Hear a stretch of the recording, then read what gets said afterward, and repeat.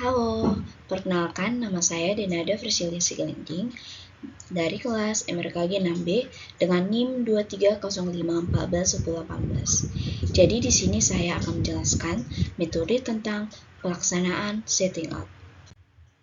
Setting out adalah pengukuran awal untuk menentukan titik-titik referensi yang bertujuan melancarkan proses konstruksi bangunan. Pada pelaksanaan pengukuran dan pematokan, dengan menerapkan sistem ini, harus berdasarkan data, ukuran panjang, dan lebar yang akurat, sesuai dengan dokumen gambar kerja atau gambar rencana, gambar denah ruang, dan gambar denah fondasi. Nah, di sini alat yang digunakan yang pertama, teodolit. Nah, teodolit ini adalah salah satu alat ukur tanah dalam ilmu geodesi yang digunakan untuk menentukan tinggi tanah dengan sudut, baik sudut mendatar ataupun sudut tegak, dan jarak optis. Yang kedua, statif teodolit. Nah, statif teodolit ini berfungsi sebagai penyangga utama untuk memastikan alat teodolit berdiri tegak dan stabil selama proses pengukuran.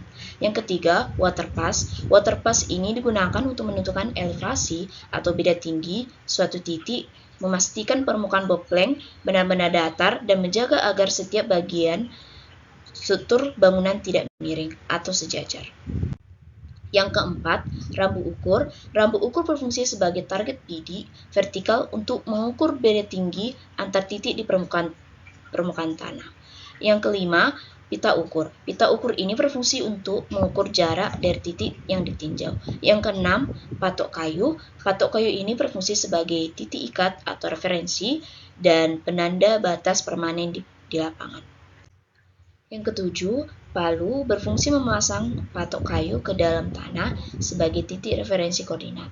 Yang kedelapan, benang nilon. Benang nilon ini berfungsi untuk menarik garis lurus antara dua patok. Yang kesembilan, unting-unting.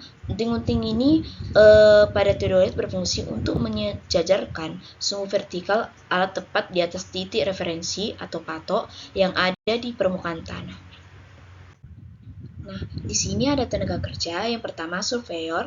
Tugas surveyor ini adalah mengumpulkan informasi atau data secara langsung ke lapangan dengan menggunakan berbagai macam alat. Yang kedua, asisten surveyor ini untuk membawa dan memegang prisma atau reflektor, memasang patok koordinat. Yang ketiga, tukang kayu. Tukang kayu umumnya berperan dalam pembuatan dan pemasangan profil kayu atau bopleng atau menyiapkan tripod kayu. Nah, di sini ada langkah-langkah dalam pengerjaan setting out. Yang pertama, persiapan lahan dan pengamanan area. Asisten surveyor membersihkan area di sekitar titik ikat dari semak atau tumpukan material agar kaki statif dapat berdiri kokoh. Personel wajib memakai sepatu safety dan sarung tangan untuk menghindari luka akibat benda tajam di permukaan tanah. Area harus stabil dan bebas getaran agar posisi alat tidak bergeser saat pembidikan. Yang kedua, penempatan alat dan centering. Surveyor mendirikan tripod tepat di atas patok titik acuan, memasang teodolit, dan melakukan centering agar sumbu alat sejajar dengan titik di tanah. Alat yang digunakan adalah teodolit, statif teodolit, dan unting-unting. Gunakan helm proyek untuk melindungi kepala dari benturan alat. Pastikan gelembung nivo berada tepat di tengah. Alat dianggap valid jika tetap dalam posisi level saat diputar ke segala arah. Yang ketiga, penentuan sudut acuan. Surveyor membidik ke arah asisten surveyor yang memegang nyalon atau prisma di titik referensi kedua untuk mengunci sudut horizontal. Alat yang digunakan adalah nyalon dan nivo manual. Seluruh tim wajib memakai rompi reflektif agar terlihat jelas oleh operator alat di area proyek yang sibuk. Lakukan pembidikan 2 kali atau posisi teropong biasa dan luar biasa untuk memastikan tidak ada kesalahan kolimasi pada alat. Yang keempat, pematokan titik koordinat. Surveyor memutar teodolit sesuai sudut yang ada di gambar kerja, lalu mengarahkan asisten surveyor yang membawa patok kayu dan palu ke titik yang dituju. Pastikan area pijakan asisten surveyor aman dari lubang galian.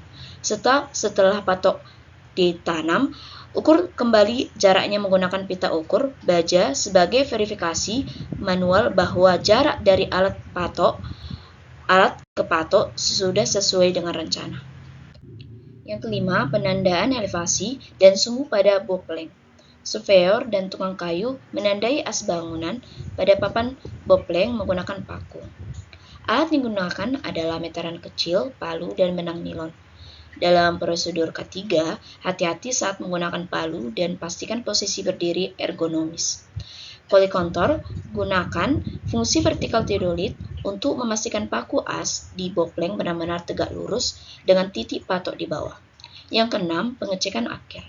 Surveyor melakukan bidikan ulang ke titik backside setelah semua patok terpasang untuk memastikan alat tidak bergeser selama bekerja. Semua alat dibersihkan dengan kain microfiber sebelum disimpan kembali ke dalam hardcase. Lakukan pengukuran diagonal antar patok sudut bangunan. Jika selisih jarak lebih dari kurang lebih 5 mm, maka proses setting out harus diulang karena dianggap tidak akurat. Di sini ada metode pelaksanaan setting out. Nah, yang pertama-tama water pass didirikan. Kemudian water pass ini disesuaikan dengan tinggi surveyor yang akan melaksanakan pembidikan setting out. Nah, di sini ada titik acuan yang pertama dan akan diletakkan rabu ukur.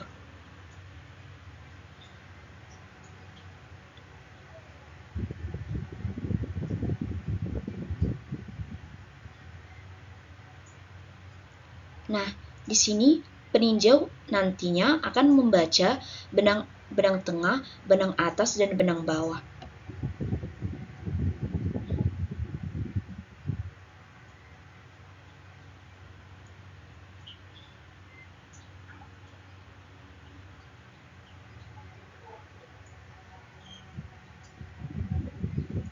Jadi di sini dilakukan ada pembidikan yang pertama dan pembidikan yang kedua. Sama seperti pembidikan yang pertama, itu dilakukan pembacaan benang tengah, benang atas, dan benang bawah.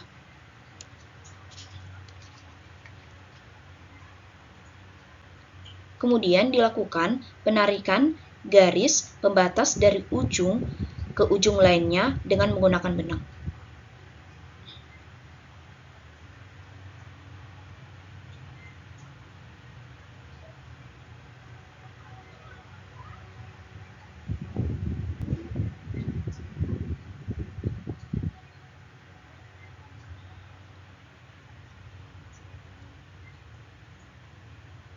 Kemudian dilakukan pengukuran dengan meteran untuk memberikan batas dari ujung bangunannya dengan ujung yang telah ditentukan.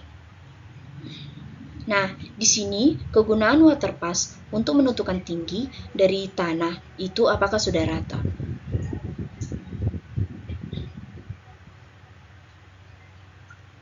Kemudian setelah dipastikan bahwa permukaan rata, maka akan ditarik benang dari ujung satu ke ujung lainnya untuk menandakan dan memastikan bahwa permukaan tanah tersebut rata. Sekian presentasi dari saya tentang metode pelaksanaan setting out. Saya ucapkan terima kasih.